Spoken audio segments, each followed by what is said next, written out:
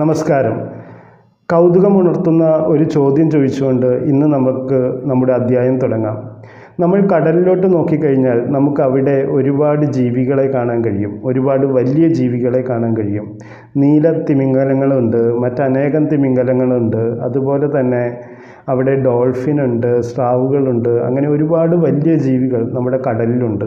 പക്ഷെ കരയിൽ അത്രയും വലിയ ജീവികളില്ല. കരയിലുള്ള ഏറ്റവും വലിയ ജീവി എന്ന് പറഞ്ഞാൽ അത് ആനയാണ്. ആന എന്നുള്ളത് ഒരു നീല തിമിംഗലത്തെ വെച്ച് നോക്കുമ്പോൾ ഒരു ചെറിയ ജീവിയാണ്. എന്തുകൊണ്ടാണ് കരയിൽ വലിയ ജീവികൾ ഇല്ലാതായിപ്പോയേ? അവർക്ക് എന്താണ് സംഭവിച്ചത്? നമുക്ക് അതിനെക്കുറിച്ചൊരു അന്വേഷണം നടത്തി നോക്കാം. നമ്മൾ കഴിഞ്ഞ അധ്യായങ്ങളിൽ പറഞ്ഞിട്ടുണ്ട്, മനുഷ്യൻ ഉരുത്തിരിഞ്ഞു വന്നത് ആഫ്രിക്കയിലെ കാടുകളിലാണെന്ന്. അവിടുന്ന് അവർ യാത്ര ചെയ്തു. ഏഷ്യയിലോട്ടും യൂറോപ്പിലോട്ടും അങ്ങനെ പല സ്ഥലങ്ങളിലോട്ടും അവർ യാത്ര ചെയ്തെത്തി.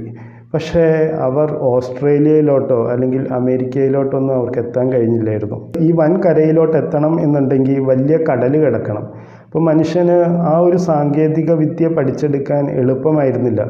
അപ്പോൾ അനേകം വർഷങ്ങൾ മനുഷ്യർ ഈ പറഞ്ഞ ഏഷ്യയിലും ആഫ്രിക്കയിലും യൂറോപ്പിലും ഒക്കെയായി കഴിയുകയായിരുന്നു. പിന്നീട് ഇതിനുള്ള സാങ്കേതിക വിദ്യകൾ പഠിച്ചെടുത്തതിന് ശേഷമാണ് ഈ പറഞ്ഞ വൻകരകളിലോട്ട് മനുഷ്യർ യാത്ര ചെയ്തെത്തിയത്. അപ്പോൾ നിങ്ങളൊന്ന് സങ്കല്പിച്ച് നോക്കൂ, ഒരു കൂട്ടം മനുഷ്യർ ഒരു പായ് വഞ്ചിയിലോ അല്ലെങ്കിൽ ഒരു ചെങ്ങാടത്തിലോ അല്ലെങ്കിൽ ചെറിയൊരു വള്ളത്തിലോ നമ്മുടെ ഓസ്ട്രേലിയൻ വൻകരയുടെ തീരത്തെത്തുന്നത്. അവർ അവിടെ എത്തുമ്പോൾ കാണുന്നത് അതിശയിപ്പിക്കുന്ന ഒരു ഭൂപ്രകൃതിയായിരിക്കും. കാരണം അത് അവിടുത്തെ ജീവജാലങ്ങളും അവിടുത്തെ ചെടികളും ഒക്കെ നമ്മുടെ ഏഷ്യയിലും അതുപോലെ തന്നെ ആഫ്രിക്കയിലൊക്കെ കണ്ടതിൽ നിന്ന് വ്യത്യസ്തമായിരുന്നു. കാരണം അവിടെ വ്യത്യസ്ത രീതിയിലുള്ള പരിണാമമാണ് സംഭവിച്ചത്. അപ്പോൾ ഈ മനുഷ്യർ അതെല്ലാം അത്ഭുതത്തോടെ കണ്ടിട്ടുണ്ടാവും, അവിടുത്തെ ചെടികളെയും വൃക്ഷങ്ങളെയും എല്ലാം. അതുപോലെ തന്നെ അവിടെ കൗതുകമുണർത്തുന്ന ഒരുപാട് മൃഗങ്ങളെ, കങ്കാരുവിനെ പോലെയുള്ള മൃഗങ്ങളെയൊക്കെ അവർ ആദ്യമായി കണ്ട് അതിശയപ്പെട്ടിട്ടുണ്ടാവാം. കാരണം അങ്ങനെയുള്ള കങ്കാരുകൾ മറ്റ് കരകളിലില്ല.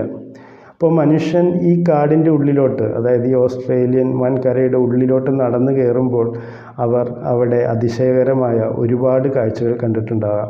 200 കിലോ ഭാരവും 2-3 മീറ്റർ പൊക്കവുമുള്ള കങ്കാരുക്കളെ കണ്ടിട്ടുണ്ടാവാം. ഓസ്ട്രിച്ചിനെ കഴിഞ്ഞും ഇരട്ടി വലിപ്പമുള്ള പക്ഷികളെ അവിടെ കണ്ടിട്ടുണ്ടാകാം.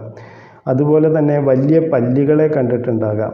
5 മീറ്ററിലധികം നീളമുള്ള പാമ്പുകളെ അവർ അവിടെ കണ്ടിട്ടുണ്ടാകാം. അപ്പോൾ അവരിങ്ങനെ മുന്നോട്ട് നടന്നു പോവുകയാണ് ഈ ഒരു വനത്തിൻ്റെ ഉള്ളിലൂടെ.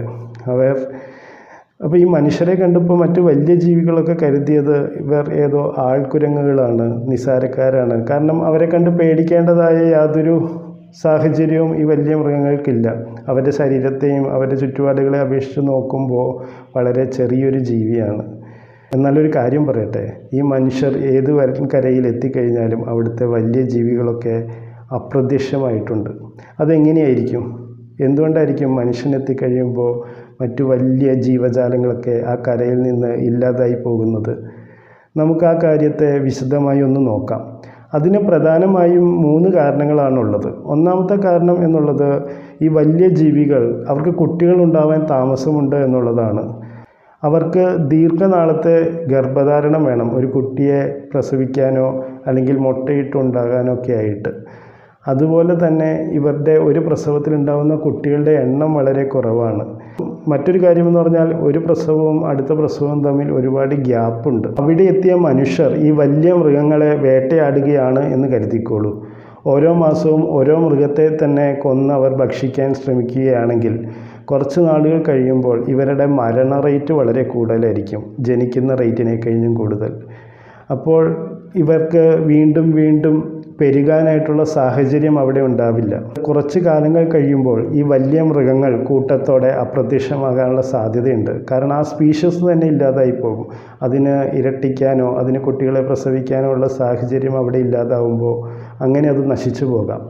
പിന്നെ രണ്ടാമത് ഒരു സാധ്യത കണ്ടത്, ഇവർ ചെന്നെത്തിയ നിഗൂഢമായ വനങ്ങളിൽ മുന്നോട്ട് നടക്കാനൊന്നും പറ്റാതെ പോകുമ്പോൾ ഇവർ തീയിട്ട് നശിപ്പിച്ചതായിട്ട് ചരിത്ര രേഖകൾ നമുക്ക് കണ്ടെത്താൻ കഴിഞ്ഞിട്ടുണ്ട്.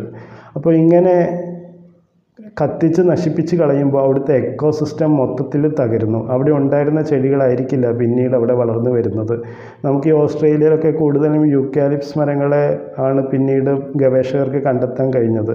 കാരണം തീയിട്ട് നശിപ്പിച്ച് കഴിഞ്ഞാൽ പിന്നീട് പെട്ടെന്ന് വളർന്നു വരുന്നത് ഈ യൂക്കാലിപ്സ് മരങ്ങളാണ്. അപ്പോൾ അതിന് മുമ്പുണ്ടായിരുന്ന എക്കോസിസ്റ്റം മൊത്തത്തിൽ അവിടെ നശിച്ചു. അങ്ങനെ വരുമ്പോൾ ആ എക്കോസിസ്റ്റത്തിനെ ആശ്രയിച്ച് ജീവിക്കുന്ന വലിയ ജീവികൾക്ക് ഭക്ഷണം കിട്ടാതെയും നിലനിൽക്കാനും കഴിയാതെയും അവ നശിച്ചു പോയിട്ടുണ്ട്. അതാണ് രണ്ടാമത്തെ ഒരു കാരണം. മൂന്നാമത്തെ ഒരു പ്രധാന കാരണം എന്താണെന്ന് പറയുകയാണെങ്കിൽ അത് കാലാവസ്ഥ വ്യതിയാനങ്ങളാണ്. കാലാവസ്ഥ വ്യതിയാനങ്ങൾ ആ കരയിലുള്ള ജീവികൾ മുമ്പും അതിജീവിച്ചിട്ടുണ്ട്. പക്ഷേ ഈ തവണ ഒരു പ്രത്യേകതയുണ്ട്. ഇവിടെ ഇതിനെ കൂടുതൽ വഷളാക്കാൻ ഇരുകാലികളായ മൃഗങ്ങൾ, അതായത് നമ്മുടെ പൂർവികർ അവിടെയുണ്ട്. അപ്പോൾ ഈ കാലാവസ്ഥ വ്യതിയാനങ്ങളിൽ നിലനിൽക്കാൻ കഴിയാതെയായി പോയതാവാം മറ്റ് ജീവികൾക്ക് അവിടെ.